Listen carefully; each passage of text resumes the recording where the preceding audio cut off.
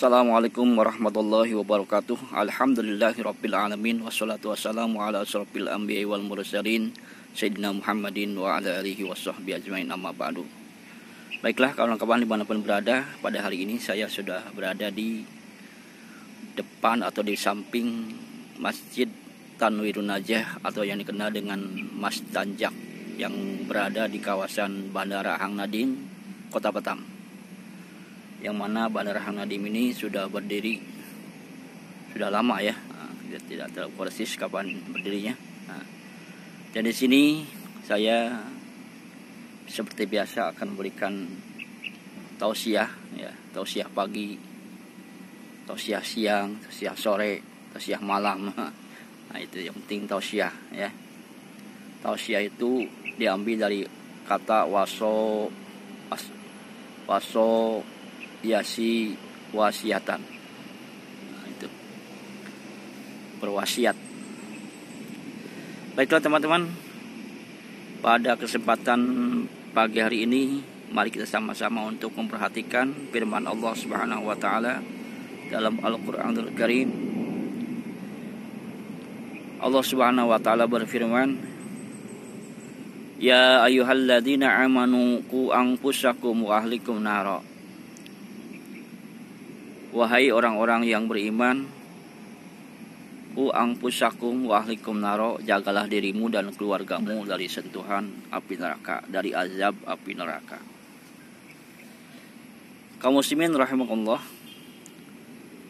ayat ini kalau kita kaji pertama sekali Allah seru kepada orang yang beriman.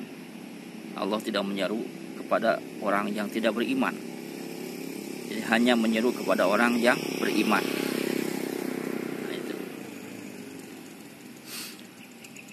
Apa seruannya? Ku anfusakum wa ahlikum naro, jagalah dirimu dan keluargamu dari api neraka. Yang pertama harus kita jaga sebelum keluarga adalah diri kita sendiri. Jadi jangan biarkan diri kita kena azab neraka. Dalam Al-Fiyah pun dijelaskan, li walahu fi darajatil akhirah. Nah, li untukku, walahu dan Ibnu Muti fi darajatil akhirat, mendapatkan derajat di akhirat. Jadi kepada kita dulu doa itu. Masa orang selamat duluan kita celaka. Nah, itu. Jadi Allah Subhanahu wa taala menyuruh kepada kita untuk menjaga diri kita, keluarga kita dari api neraka. Menjaga diri kita agar tidak kena azab neraka tentunya bukan perkara mudah ya. Tetapi harus benar-benar menjadi orang yang beriman dan bertakwa kepada Allah Subhanahu wa taala. Sehingga apa-apa yang diperintahkan oleh Allah, kewajiban-kewajiban kita terhadap Allah, baik masalah ibadah, kita harus penuhi. Dan apa-apa yang dilarang oleh Allah, baik dalam Al-Quran maupun Al-Hadis, kita tinggalkan larangan Allah. Jangan justru sebaliknya, perintah tidak dilaksanakan, larangan dikerjakan. Kalau seperti itu, kemungkinan besar azab neraka akan dikenakan kepada kita semua. Ayuhal ikhwan, jadi menjaga kita dari sentuhan api neraka tentunya dengan cara apa? Dengan cara bertakwa kepada Allah Subhanahu wa taala, menjalankan semua perintah-perintahnya dan menjauhi larangan-larangannya. Itu. Kemudian masalahnya, nah ini masalahnya. Apa saja sih perintah-perintah Allah yang harus kita kerjakan? Nah, kita sebagian besar atau kecil kita tahu ada perintah-perintah Allah yang harus kita kerjakan, bahkan termasuk sudah dihukum syara, ya, menjadi syariat, seperti sholat 5 waktu itu perintah Allah, ya, perintah Allah. Mengeluarkan zakat perintah Allah, aqimus shalah wa atuz zakah. Puasa Ramadan perintah Allah, ya ayyuhalladzina amanu kutiba alaikumusiyam kama kutiba alal ladzina min qablikum la'allakum tattaqun. Dan lain-lainnya dan lain-lainnya. Dan masih banyak lagi perintah-perintah Allah yang belum kita ketahui atau mungkin belum kita paham dan belum kita kerjakan.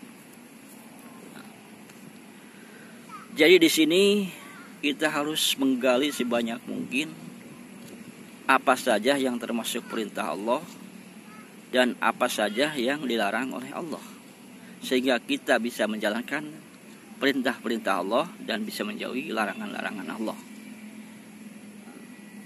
Itu kewajiban kita, thalabul ilim, mencari ilmu untuk mengetahui perintah-perintah Allah. Sebab perintah juga ada yang wajib, ada juga yang mandub. Asal kata perintah itu wajib dalam usul fikih, al aslu fil amri lil wujub illa ma dalla ala khilafihi. Asal perintah dalam amar, al aslu fil amri, asalnya dalam perintah itu adalah untuk wajib, kecuali ada dalil yang berbeda. Nah, itu asal katanya wajib, tapi tidak semua wajib perintah Allah. Nah, itu. Jadi jelas kita di sini perlu mencari apa saja yang termasuk ayat-ayat perintah-perintah Allah dan apa saja dalam hadis larangan-larangan Allah. Kita tahu dilarang oleh Allah banyak, kan? Nah, kalau kita kaji betul-betul, semua perintah otomatis kebalikannya larangan, ya. Perintah sholat maka dilarang tidak sholat. Perintah zakat dilarang tidak zakat. Nah, gitu. Perintah puasa dilarang tidak puasa. Nah, namun di situ ada ilah yang memperbolehkan, umpamanya tidak sholat, boleh tidak sholat jika dalam keadaan tidak suci, haid dan nifas bagi perempuan. Nah, itu bagi perempuan. Bagi laki-laki tidak ada. Wajib sholat bagi mukallaf yang sudah balik akal, muslim, itu wajib. Nah, itu saudaraku yang berbahagia. Jadi sholat, puasa, zakat, kita diri sendiri dulu, pikirkan diri sendiri dulu agar kita selamat dari sentuhan api neraka. Jalankan semua perintah Allah, jauhi semua larangan Allah.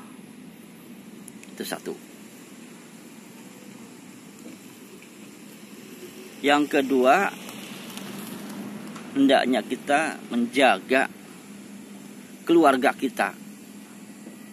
Jadi kewajiban yang kedua, menjaga keluarga kita.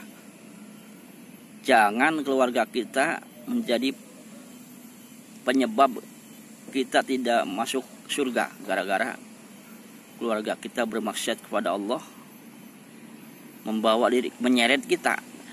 Karena keluarga kita mengadu kepada Allah, saya perbuatan begini dibiarkan saja. Bapak saya tidak menyuruh saya sholat, bapak saya tidak melarang saya mabuk, umpamanya, dibiarkan saja. Nah, jadi kita harus menjaga diri kita dan keluarga kita, istri kita, anak kita. Jangan pula membiarkan istri berbuat semenang-menang, semena-mena, melanggar perintah Allah. Suami tahu dibiarkan, itu namanya dayus. Nanti akan terseret oleh siksaan azab neraka oleh Allah karena membiarkan istrinya berbuat maksiat, berbuat dosa. Nah, jadi intinya kita harus menjaga keluarga kita, jangan sampai terjerumus atau tersentuh dalam azab neraka. Makanya keluarga kita pun sama, disuruh belajar, disuruh ibadah, jangan dibiarkan. Diperintahkan belajar sedekah, belajar ikhlas, belajar taat. Nah, ini baru rumah tangga itu belajar terus teman-teman. Punya anak satu belajar, punya anak satu, punya anak dua belajar, punya anak dua, punya anak tiga, dan seterusnya. Tidak punya anak belajar rumah tangga yang tidak punya anak. Karena masalah rumah tangga itu Masya Allah pelik ya. Banyak masalah, sedikit-sedikit ada aja. Nah, maka seyogianya kita jangan memperbesar masalah, tapi biarlah masalah diperkecil dalam rumah tangga itu.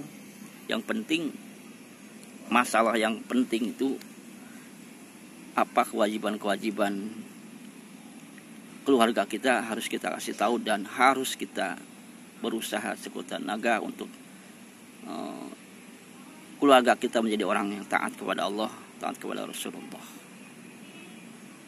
Ayyuhal rahimakumullah. Jadi itu saja mungkin ya untuk pagi ini di Masjid Tanjak ini dalam tausiah ya. Ini kebetulan masih pagi ya teman-teman ya. Masih pagi, mungkin itu saja dulu ya tentang jaga diri kita dan keluarga kita dari sentuhan api neraka. Kurang lebih mohon maaf. Khud masopa wada' makadar. Khud masopa, ambillah yang baik dan tinggalkan yang buruk. Mudah-mudahan manfaatnya. Walaupun minkum. Assalamualaikum warahmatullahi wabarakatuh.